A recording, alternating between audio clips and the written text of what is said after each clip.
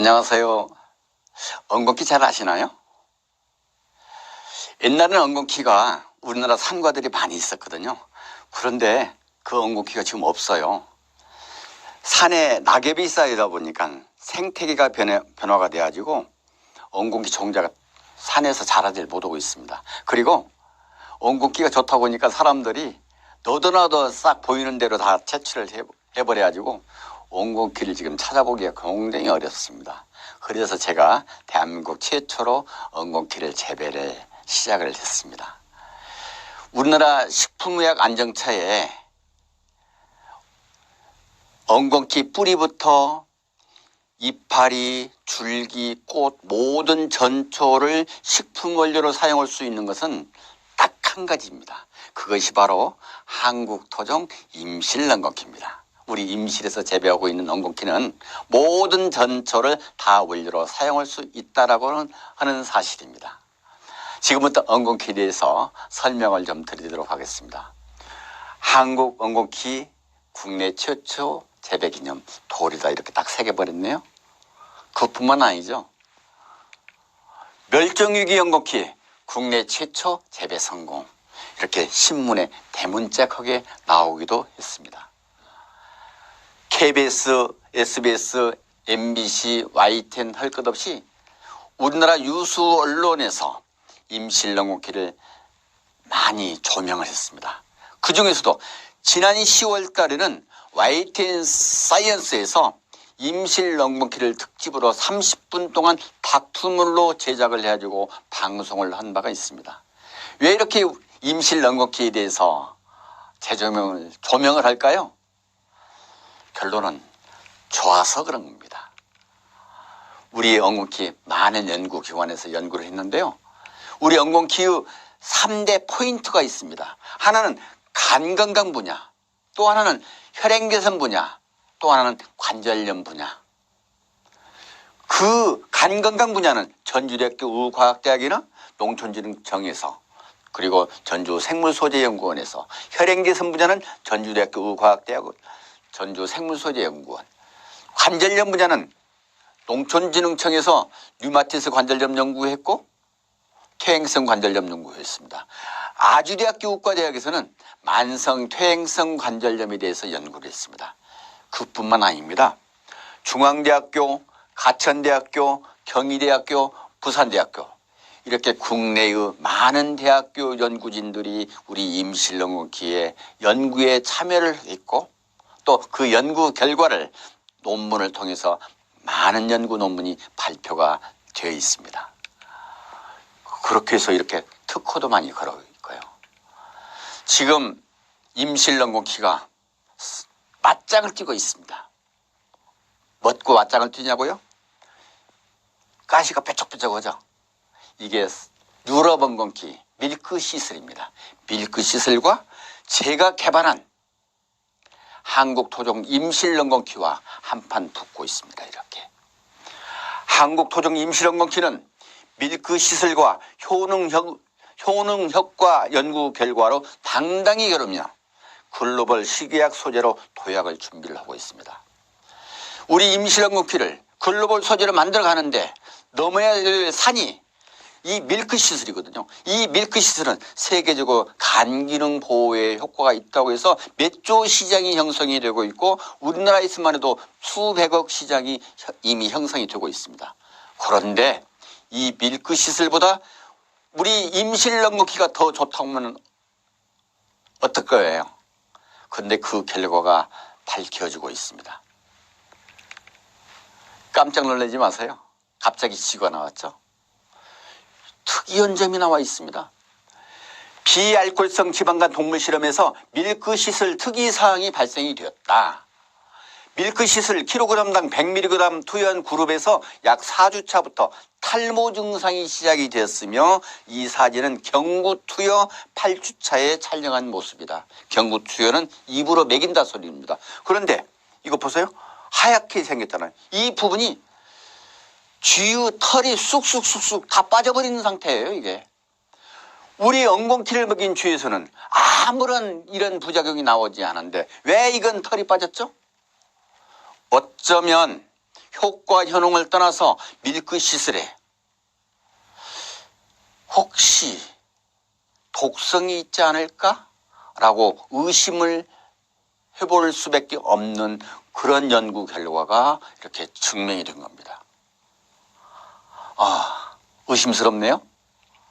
지금부터는 밀크시슬과 우리 임실응고키가 어떤 효능에 어떻게 싸우고 있는가를 한번 보도록 하겠습니다.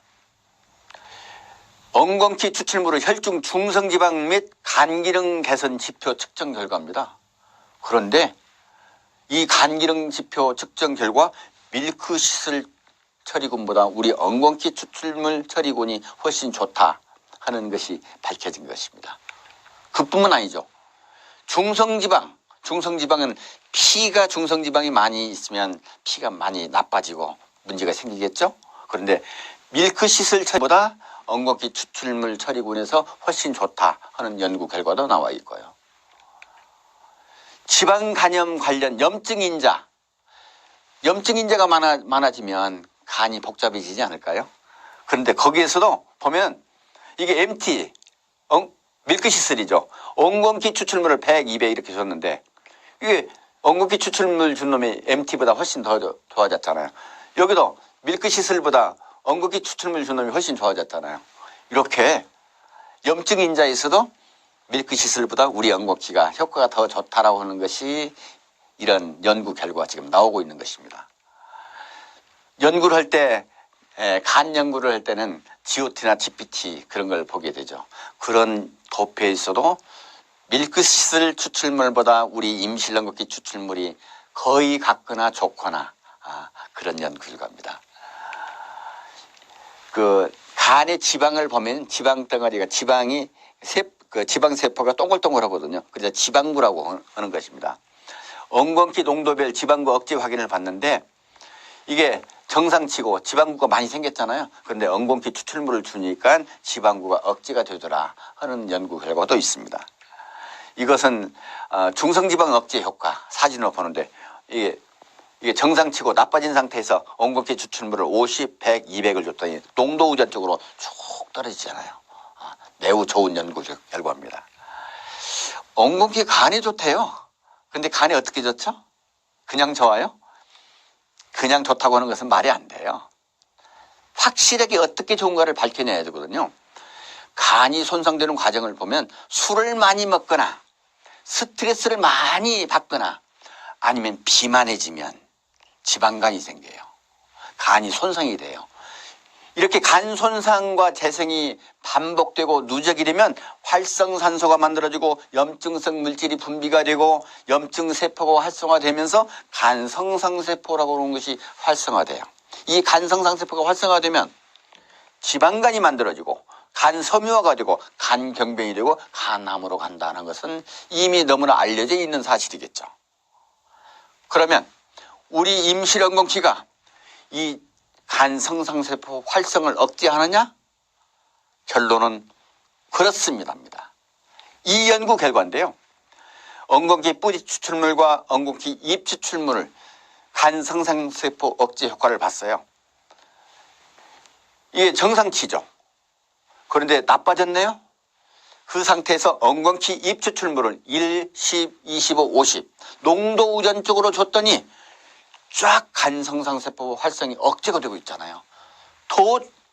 지표상으로 보면 정상보다 더 좋아져 버렸어요. 엉겅퀴 추출물 먹인 상태에서. 그런데 엉겅퀴 뿌리 추출물을 줬더니 50을 줬는데도 불구하고 효과가 별로 없음을 알 수가 있어요. 이게 뭔지 알았어요? 한의원 한약병에는 지금도 대개근이라고 해가지고 엉겅퀴 뿌리를 주로 사용을 하죠. 근데 엉겅퀴 뿌리보다 이파리가 훨씬 좋다고 하는 것을 과학적으로 증명을 하고 있는 것입니다. 혈행 개선 볼게요. 혈관을 꽉 혈전이 막아버렸네요.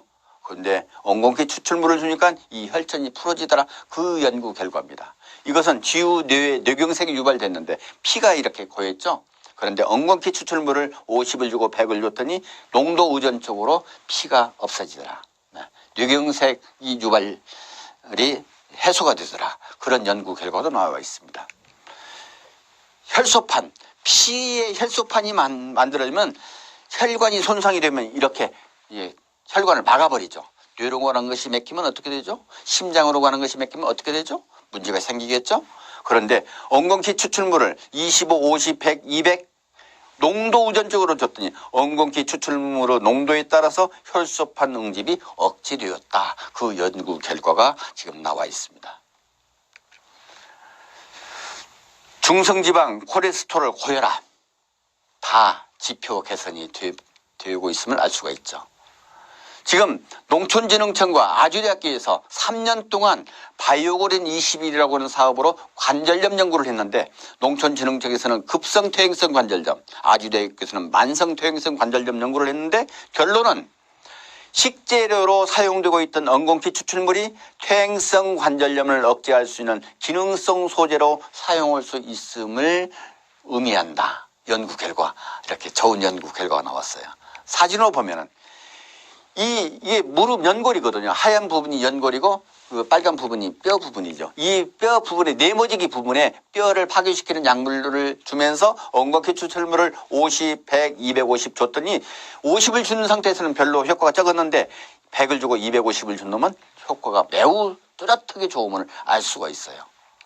이건 연골 부분입니다. 연골이 깨끗하죠. 근데 연골이 다 파괴가 됐네요. 그런데 엉겅퀴 추출물을 줬을 때 이렇게 연골 파괴가 억제된 현상도 알 수가 있습니다. 이건 여러 가지 지표가 되겠고요. 우리 임실엉겅퀴 이렇게 많은 연구를 해서 발표를 했습니다. 대사성 분야 연구했고 간혈화 혈행개선 분야 이렇게 많은 연구를 해서 논문을 발표를 했죠. 소도 먹지 않은 잡초에 불과한 그 엉겅퀴를 처음에 연구한다고 했을 때 어느 누구도 저게 성공되리라고 하는 것은 알지 못했습니다. 그런데 저는 그걸 해냈잖아요. 그래서 그 가치를 높여가고 있고 심지어는 글로벌 식의약 소재로 나가려고 하는 그 꿈을 꾸고 있습니다. 미래의 기회를 지금 놓치지 말자. 엉겅퀴 연구한 것이 1, 2년이 아닙니다. 16년 동안 연구를 했습니다. 16년 전에 엉겅퀴를 봤기 때문에 지금 엉겅퀴가 있는 것입니다. 앞으로 5년 뒤에 10년 뒤에 이 엉겅퀴가 어떠한 모습으로 나타날지 모릅니다. 연구 결과에 따라서 새로운 모습으로 나오겠죠. 그래서 오늘에 멈추지 않고 미래를 향해서 연구 개발을 지속적으로 하고 있다고 하는 사실을 여러분들 앞에 당당하게 말씀을 드리고 싶습니다. 이렇게 엉겅퀴에 대해서 말씀을 마치도록 하겠습니다. 감사합니다.